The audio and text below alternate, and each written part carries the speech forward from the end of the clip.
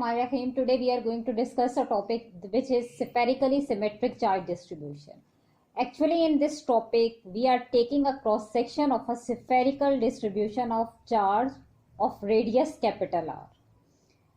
In this case, the charge is distribution throughout the spherical volume. जैसे कि यहाँ पे नजर आ रहा है कि ये spherical symmetry है, यानी we are not assuming that volume charge जो density है that is a constant, but we are putting the restriction on the rho that at any point it depends on the distance of the point from the center, जो कि ये centre बनता है. और इस तरह की कंडीशन को हम स्फेरिकली सिमेट्रिक या स्फेरिकल सिमेट्री वाली कंडीशन का नाम देते हैं. एक्चुअली जब हम इसे देखें तो basically it's a non conducting sphere.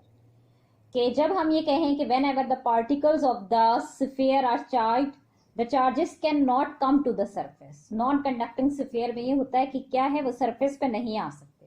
Actually charges come to the surface due to the repulsion, जो कि हमने कंडक्टिंग स्फीयर उसमें कंडक्टिंग शेल ये स्फीयर में पढ़ा था. But as it is a non conducting sphere, so it's material, जो इसका मटीरियल होता है वो अलाउ नहीं करता है चार्जेस को कि वो क्या करें, उसकी सरफेस पे आए, क्योंकि डेफिनेट सी बात है कि ये नॉन कंडक्टिंग स्फीयर है. तो यहाँ पे हम ये कहते हैं कि जब हम इस तरह के चार्ज के डिस्ट्रीब्यूशन की बात करते हैं तो ये charges all over the body of the sphere क्या है, डिस्ट्रीब्यूट होते हैं, जिसको हम स्फेरिकल सिमेट्री का नाम देते हैं. यानी इट मीन्स कि we are using the term volumetric charge density that is represented with rho. In this case जब हम नॉन कंडक्टिंग या स्फेरिकल सिमेट्रिक चार्ज डिस्ट्रीब्यूशन की बात करते हैं, here same like the conducting shell, जो हमने इससे लास्ट प्रीवियस टॉपिक स्टडी किया था. जिन स्टूडेंट्स ने नहीं देखा है इससे पहले वो टॉपिक आप लोग देख लें ताकि आप अंडरस्टैंड कर लें. उस केस में हमने इलेक्ट्रिक फील्ड को 3 डिफरेंट पॉइंट्स के लिए फाइंड आउट किया था. सिमिलरली यहाँ भी हम 3 डिफरेंट पॉइंट्स लेंगे. अगर यहाँ पे O, यहाँ देखें, this is the centre of this sphere या स्फेरिकल सिमेट्री हम लेते हैं, और इसका डिस्टेंस जो है, जो कि एक फिक्स डिस्टेंस है, वो हम कैपिटल R लेते हैं. तो अगर हम क्या करें, हम ये फाइंड आउट करना चाहें कि हम इलेक्ट्रिक फील्ड की वैल्यू को similar like the previous case हम फाइंड आउट करना चाहते हैं outside the sphere whose distance is small r, that is a variable distance. ये फिक्स डिस्टेंस नहीं है, ये वेरिएबल डिस्टेंस है विच कैन बी इंक्रीज और डिक्रीज. ये कम या ज्यादा हो सकता है. अगर हम फॉर एग्जाम्पल कहें कि यहाँ इस पॉइंट पे हम, अगर इसको हम कोई भी पॉइंट दें कि इस पॉइंट पे हम क्या करना चाहते हैं, इलेक्ट्रिक फील्ड की वैल्यू को फाइंड आउट करना चाहते हैं, तो this is the point outside this spherical distribution. तो ये क्या है, उस स्फेरिकल डिस्ट्रीब्यूशन से बाहर का पॉइंट है. तो अगेन हम क्या करते हैं, जो कि हमने प्रीवियस टॉपिक में किया था कि इलेक्ट्रिक फील्ड को फाइंड आउट करने के लिए फर्स्ट स्टेप क्या होता है कि हम गॉसियन सरफेस कंसीडर करते हैं. तो यहाँ हम क्या करते हैं कि we draw Gaussian surface which passes through this point, कि जिस पॉइंट पे हम इलेक्ट्रिक फील्ड की वैल्यू को फाइंड आउट करना चाहते हैं. So according and by using the Gauss's law, हमारे पास, हम ये कैलकुलेशन इससे पहले टॉपिक में कर चुके हैं, just we are revising this. Electric field की जो वैल्यू होगी सेम लाइक द प्रीवियस आपके पास टॉपिक, इलेक्ट्रिक फील्ड आउटसाइड, जब हम किसी भी पॉइंट को कंसीडर करते हैं स्फीयर के, तो जो इलेक्ट्रिक फील्ड की वैल्यू आती है bye using the Gauss's law, वो होती है 1/4πε0 q divide by r square. We have done this calculation in the previous topic. This is the final expression. अब अगर हम ये कहते हैं कि हम क्या करना चाह रहे हैं, इसके बाद हमने सेकेंड जो फाइंड आउट करनी है इलेक्ट्रिक फील्ड की वैल्यू एट द सरफेस, यानी यहाँ पे इलेक्ट्रिक फील्ड की वैल्यू इस सरफेस के ऊपर, इस पॉइंट के ऊपर हम फाइंड आउट करना चाहते हैं. तो इसके लिए अगर हम ये कहें कि we go on decreasing the radius r, इस r की वैल्यू को, जो कि आउटसाइड थी, इसकी वैल्यू को हम कम करते करते करते यहां तक लेकर आते हैं. देन दिस r जब हम यहां पर लेकर आएंगे तो यहाँ पे आप गौर से देखें कि this small r becomes equal to the capital R, दोनों बराबर हो जाएंगे. So the value of electric field at a surface जो है, when small r becomes equal to the capital R, then it will become 1/4πε0 q divide by r square. ये हमारे पास वो value है कि जब हम सरफेस के ऊपर इलेक्ट्रिक फील्ड की बात करते हैं. यहाँ इस केस में हम जब इन दोनों इक्वेशंस पे गौर करेंगे तो यहाँ हमारे पास जो R है उसकी वैल्यू क्या है, आर ज्यादा है, यानी आर हमारे पास ज्यादा है तो ई की वैल्यू क्या है, लेस होगी। जबकि यहाँ आर क्या है, वो कम हो रहा है, डिक्रीज हो रहा है। तो आर के डिक्रीज होने से ई की वैल्यू क्या है, वो लार्जर हो जाएगी, यानी ज्यादा होगी। तो यहाँ पे ई की वैल्यू मैक्सिमम और यहाँ पे ई की वैल्यू कम होगी। ये बात नोट करने की है और ये बहुत इंपॉर्टेंट पॉइंट है। यानी ई जो है electric field outside that is less than the electric field at the surface. This is a very important point. अब हमें इसके बाद क्या करना है, हम मालूम करना चाहते हैं, we want to find out the electric field at a point inside the sphere and this is the technical third step. ये हमारे पास थोड़ा सा टेक्निकलिटी रखता है, इसको अंडरस्टैंड करना पड़ेगा and this is a little bit different than the last topic. Now when we want to find the electric field inside the non-conducting sphere या spherical distribution of charge, so we know that the charges are distributed on the body of the sphere like this। ये देखें यहाँ पे charges इस तरह से distributed हैं and here we have a volumetric charge density which is represented with rho, जो हम discuss कर चुके हैं। So inside sphere we have, अगर हम क्या करना चाहते हैं कि इस sphere में इस point पर, यहाँ पर हम क्या करना चाहते हैं, इलेक्ट्रिक फील्ड की वैल्यू को फाइंड आउट करना चाहते हैं और जो कि पॉइंट कहां पर है, सेंटर से स्मॉल आर के डिस्टेंस पर है।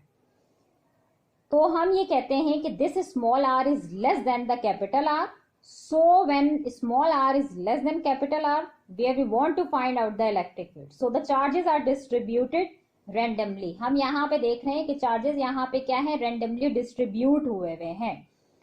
सो अगेन हम क्या कहते हैं कि we start from the Gauss's law, we take the first step. First step क्या था कि we draw Gaussian surface like this. हमने यहाँ पे गॉसियन सरफेस को क्या कर दिया है, ड्रॉ कर दिया है, which passes from that point कि जहां पे हम इलेक्ट्रिक फील्ड की वैल्यू को फाइंड आउट करना चाह रहे हैं। अब देखें, हम यहाँ पे ये कहते हैं कि इलेक्ट्रिक फील्ड जो है at every point that will be the same and the symmetrical। we already discussed this point कि यहाँ जब इलेक्ट्रिक फील्ड डिस्टेंस सेम है तो इलेक्ट्रिक फील्ड आपके पास सेम होगी, ई की वैल्यू जब सेम होगी तो that is a symmetrical case.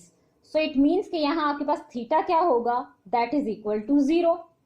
जब हम गॉसेस लॉ को अप्लाई करेंगे तो इलेक्ट्रिक फील्ड और कोई भी हम एरिया एलिमेंट लेते हैं तो दोनों के दरमियान बनने वाला एंगल जो थीटा होगा वो क्या है, दोनों पैरेलल होंगे। तो उस केस में हमारे पास क्या है, थीटा इज इक्वल टू 0 होगा। ई डॉट डी ए, यानी इट मीन्स कि जब हम इसको मैग्नीट्यूड की फॉर्म में लिखें तो E into D A into cos theta, और कॉस थीटा में अगर थीटा इज इक्वल टू 0 हो तो दैट इज इक्वल टू 1 होता है। अब यहाँ पे हम ये कहते हैं कि बेसिकली हम क्या करना चाहते हैं, यहां से हमने जब ये इक्वेशन ली तो यहाँ हम क्या कर रहे हैं, हमने इन दोनों के दरमियान रिलेशन को फाइंड आउट कर लिया।